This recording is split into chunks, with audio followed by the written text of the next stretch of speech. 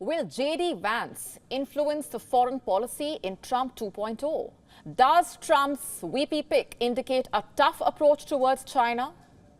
Could J.D. Vance's views be bad news for Europe, for Ukraine?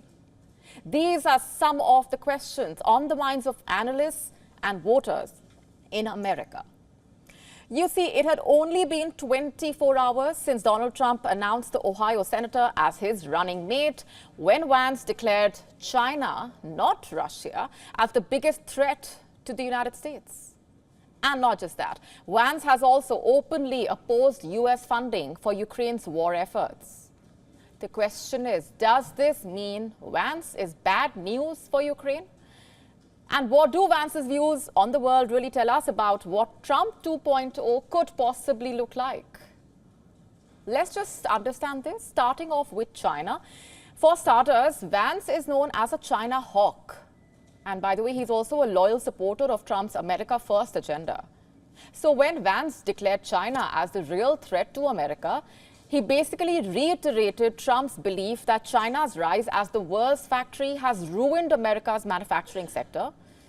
In fact, speaking to an American news outlet on Monday, Vance, who has opposed U.S. funding for Ukraine's defense against Russia, said that Donald Trump would prioritize a negotiated end to that crisis, just so the U.S. can finally focus on the real issue. And what would the real issue be? No points for guessing, China. Vance said of China, and I'm quoting, "That's the biggest threat to our country, and we are completely distracted from it," quote unquote. Of course, Vance's comments provoked a response from China. Beijing expressed displeasure at Vance's comment a day after he made it. Chinese Foreign Ministry spokesperson Lin Jian stated, I'm quoting, "We are always opposed to the U.S. making China an issue in elections," quote unquote. But of course, China has become a significant poll issue in America. And this begs a crucial question. Does Vance's comment indicate a tough U.S. stance on China in a second Trump administration? Now, already since Vance was announced as the running mate, the prospect of escalating trade tensions under a second Trump administration negatively impacted Chinese markets in the past 2 days. Remember that when Trump was in the White House, he had launched a trade war against China. This year, as a presidential candidate, Trump has suggested that he would impose tariffs of 60% or higher on all Chinese goods.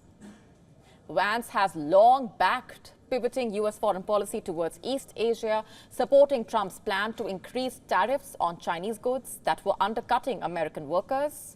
And therefore, in order to execute his plan, Trump will have a loyalist in J.D. Vance. Sure, in the U.S. political system, vice presidents typically have limited direct influence on foreign policy, but Vance, you see, is committed to supporting Trump's decisions. On his potential vice presidency, Vance has vowed that Trump has a person he can trust, a person he can rely on, a person who can actually advance Donald Trump's agenda.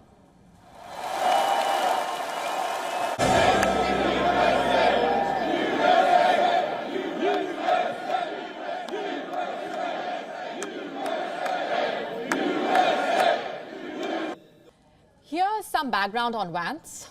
After serving as a Marine, Vance attended Yale Law School, and worked as a venture capitalist in San Francisco. He rose to prominence thanks to his book, Hillbilly Elegy, in which he explains Trump's popularity among impoverished white Americans. Furthermore, Vance has also referred to letting China into the World Trade Organization in 2001 as a disaster. His remarks are completely in accordance with Trump's stated views. In fact, analysts say that's exactly how Trump likes it. As a senator, Vance is also aligned with congressional Republicans. So when it comes to China, Vance will be in good company with the Republican leadership in the Congress. But when it comes to China in Washington, there is a broad bipartisan agreement. Democratic President Joe Biden has largely kept Trump-era tariffs on China in place. Trump obviously has taken credit for the tariff policy, but Trump and Republicans have also criticized Biden's efforts to ease tensions with Beijing in the past year. And when it comes to China, there is one thing both Republicans and Democrats agree upon. It's that the US needs to get ready for a conflict with China over Taiwan. In the past, Vance has voiced support for building up the Taiwanese military with American weapons. Analysts say that in a potential Trump 2.0 administration, Taiwan would be a priority issue, especially due to its importance to the US, especially in the semiconductor industry. However, the point of divergence comes on the topic of the Ukraine war. Trump and Vance mostly differ from Washington's foreign policy in their opposition to US military aid for Ukraine.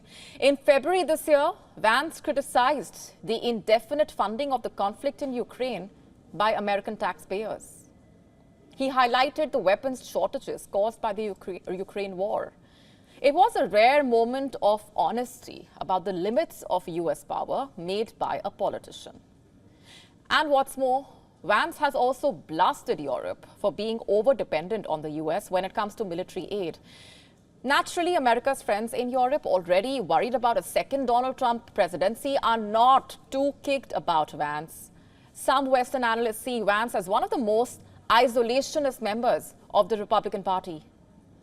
Reports, in fact, quote European officials calling Vance a disaster for Ukraine and, by extension, for the NATO and the European Union, as it backs Ukraine in the war against Russia. It is worth noting that Vance played a key role in the effort to kill off a Ukraine aid bill that was stuck in the Senate earlier this year. At the time, Vance had famously told reporters, I'm quoting, "America cannot write blank checks indefinitely." Another concern weighing heavily on European officials' minds is that if the Trump-Vance ticket wins in November, the new administration would likely push Europe to align more closely with America's position regarding China. However, the problem is that the EU has been less aggressive towards China than the US. And apart from Ukraine, where does Vance stand on other Europe-related issues? In a nutshell, Vance has stated that the US should pivot away from Europe and that it is in line with his views about focusing primarily on China. Additionally, Vance has also criticized Britain's Labour Party after it came back to power under the newly minted Prime Minister Keir Starmer. Just last night, we told you that the Labour Party was taken aback when Vance said that the UK might be the first Islamist country with nukes. Vance's foreign policy views so far painting a clear picture of what the Trump presidency could look like. A tougher, more aggressive US if Trump comes back to power. Will Trump-Vance end the war in Ukraine? Will they start a new one with China? All will be clear only after the results of the November elections. To stay up to speed with the latest news, download the WION app and subscribe to our YouTube channel.